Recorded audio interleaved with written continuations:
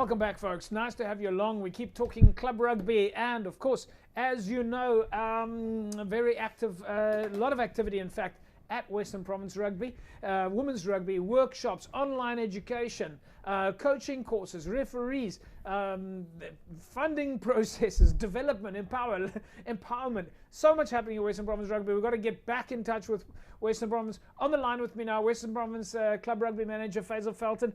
Faizel, welcome back. Nice to see you again. Good evening, JP, and good evening, listeners. It's good to be back. Yeah, Faizel, so let's do a bit of catch up. We spoke to you, I think, last maybe about 3 weeks ago. Since then, you've done more coaching, more online webinars. You've had quite a lot of engagement with women. You've had quite a lot of engagement with your clubs. Let's start at the beginning then. Coaching course coming up next week at Newlands. Level 1 coaching course. Yeah, no, JP, a lot has been happening now in the last 3 weeks, as you said. Level 1 coaching course happening in 2 weeks' time. The deadline is this week, Friday. So those coaches or people interested in doing the course, I would encourage you to do so as soon as possible. Yeah, and of course, clubs need to do, if you're going to do the course, you need to do your World Rugby passport. So you need to get in. Anyone who's planning on doing the course needs to do it as quickly as get registered on the World Rugby system as fast as possible. Yeah, no, definitely. There's obviously a little bit of admin work that needs to be done. So, the sooner you get online, the sooner you start registering. The sooner you can attend that course next week. One of the courses that you guys put on at Western Province was around Lotto funding, Faizel. Yes, JP, the Lotto funding, I think, we've had the courses, we had the workshop. It started off a bit, slow, but I must say it has picked up. I think, it's always getting it off the ground, getting it started. And I must say, I think from the officer side, the union side, I think, we've been actively involved in terms of trying to assist and help the clubs.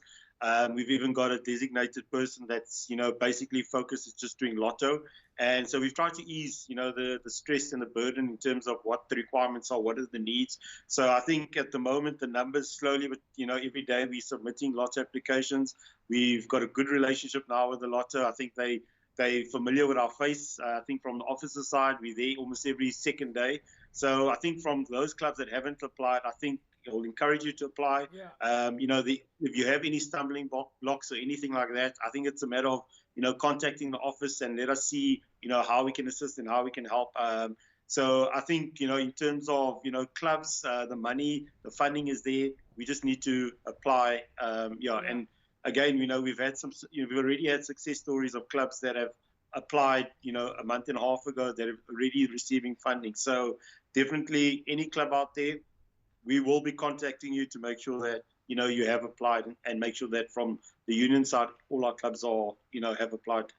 Of course, Lotto funding is, it's a pretty broad process. I mean, I don't need to emphasize the importance of applying for Lotto funding, but for the clubs that maybe want to understand, or anybody that's watching now maybe wants to understand a little bit broader of what it means from a Lotto funding point of view, and maybe you can expand a little bit for me, but you can obviously apply for things like equipment and apparel and so on. Yeah, JP, I think it's basically the Lotto will, assist and help the club, from start to finish, in the sense of all the requirements and needs are met by the Lotto. Like you mentioned, kit and equipment, operational, even as far as your expenses that might arise from, from bank charges, from, auditors' fees. So basically, it covers everything. Once you've got your Lotto application, basically the club is, it's ready to go. There shouldn't be any additional needs and stuff. And I think in this, day and age and time where, with COVID and the pandemic and your sponsors also, having to suffer with regards to finances and that, I think, every club should take this opportunity. The money's there. I think it's, a matter of the Lotto. They want to give away the money. It's just that you've got to tick the boxes. And I think, we've simplified everything from the officer side. So, would like to say there's no excuse in terms of applying. Women's development still going well.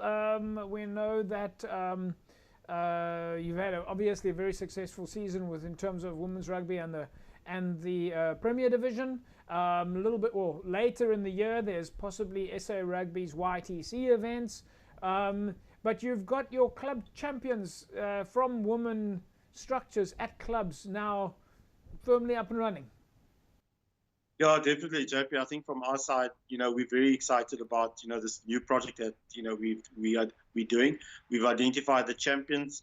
I think we've engaged with those champions, and I think from from the officer side, union side, I think we're quite, comfortable in saying, these champions are going to go out. They're going to identify. They're going to look at, players or ladies in the area.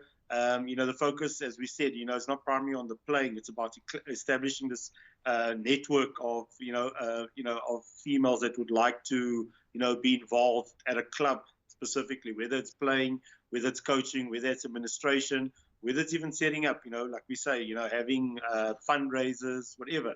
But I think it's just the mere fact of being involved at the club and at there. So we've created this network whereby we've created support structures.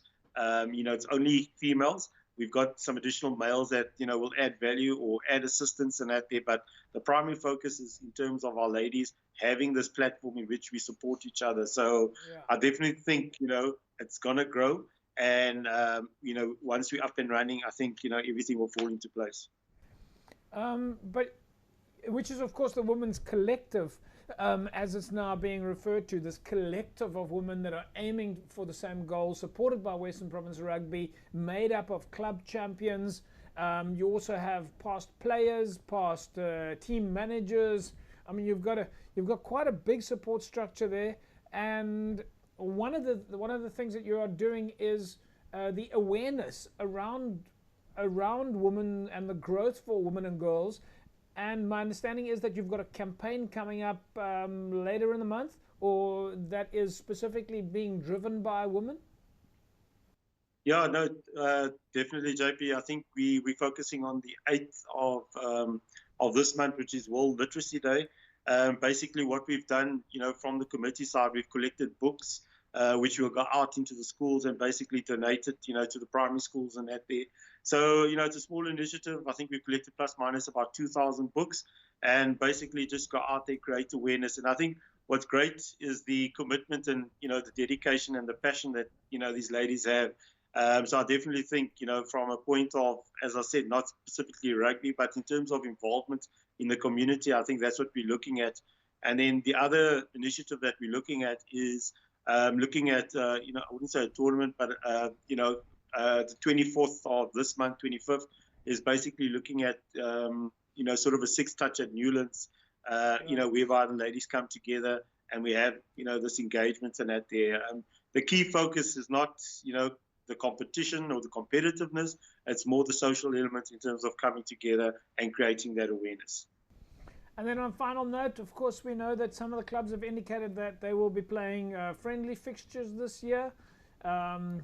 Where do we expect that to go? Is that something that they'll be arranging between themselves? Yes, we had a meeting with the clubs that have shown interest and intention in terms of playing. As you said, it's up to the club in terms of them arranging and the fixtures. I think the key thing from the meeting was basically establishing and making sure that all the necessary protocols are in place in terms of the COVID compliance officer. What is his requirements? What is his needs? I think ultimately, it's always about safety and always about player welfare. And I think from the office and with the clubs, that engagement in terms of the requirements and needs and stuff, and that is key and it's crucial. I think from a playing perspective, from this weekend, clubs can start, arranging those friendlies. And then, as you said, I think it's just a matter of getting out there and actually, that I think health first and, getting out onto the field. I think that, for a lot of the clubs is more the key element in terms of good health and that. Faizel, we'll leave it at that. Thank you very much. Looking forward to the coaching workshop once that's completed. That's, of course, on the 10th of September. Hopefully, all of your clubs are going to apply for Lotto funding. Can't wait to find out how the women's collective goes. And, of course, looking forward to actually be there to film your World Literacy Day project.